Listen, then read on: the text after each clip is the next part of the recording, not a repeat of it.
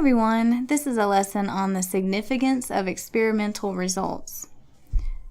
When you start getting into the statistics portions of your units and you start talking about performing experiments, we need to talk about some of the terms you're going to see with that before we look at how to test for significance. So the things you're going to see are, one term is hypothesis testing. So that just helps us determine whether the difference between two groups was likely to be caused by chance.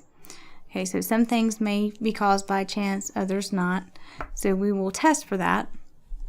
The null hypothesis, something you need to be familiar with, basically states that each outcome that you're dealing with is equally likely to occur.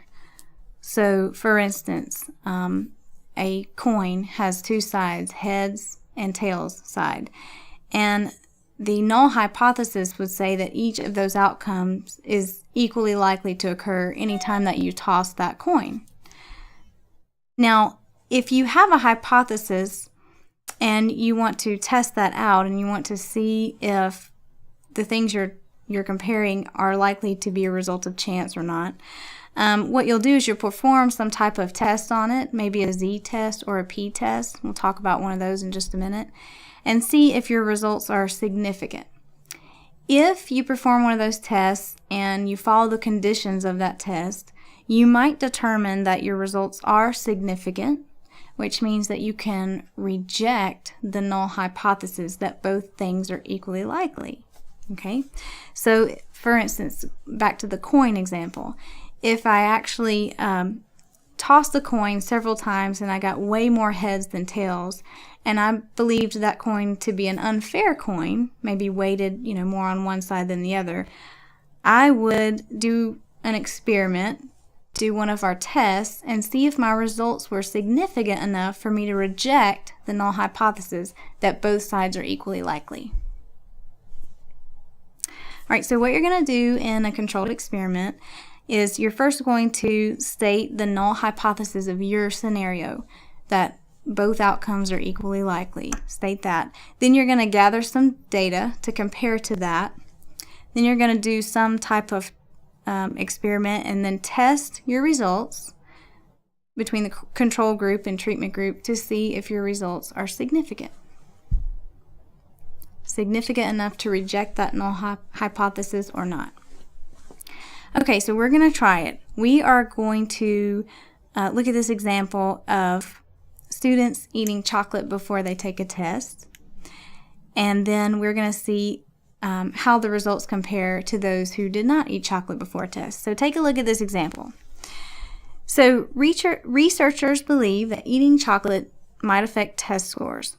So this example is looking at a group of 30 individuals who are going to consume 2 pieces of chocolate before they take a test, and then we're going to compare those individuals' results to a population mean of that same test that has been given to the results of that same test across multiple classes. Okay, and the null hypothesis, which is the first step, the first thing that we need to state, would say that chocolate has no effect on the test scores. Okay, that I will be equally likely to make a score, a good score or a bad score, whether I've eaten chocolate or not.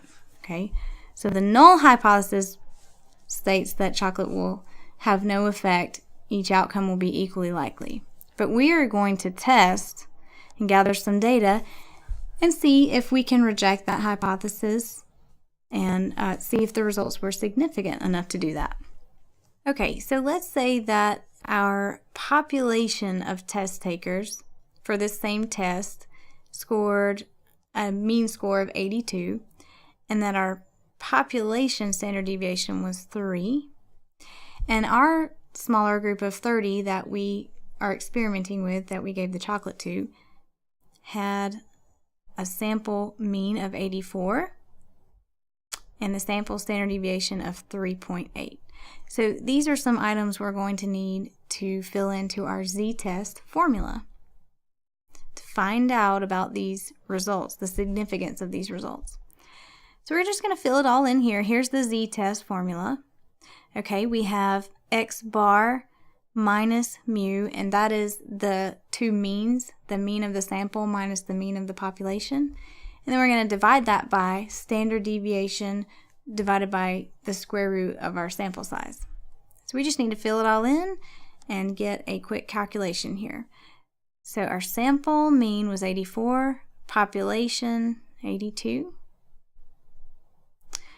All right, our standard deviation was 3, and we're going to divide that by sample size of 30, which is going to give us a numerator of 2 and approximately 0.547 on the bottom. You want to keep as many numbers as you can as you're calculating through this in your calculator. So try to hold them all in place if you can do that, if your calculator is able to do that.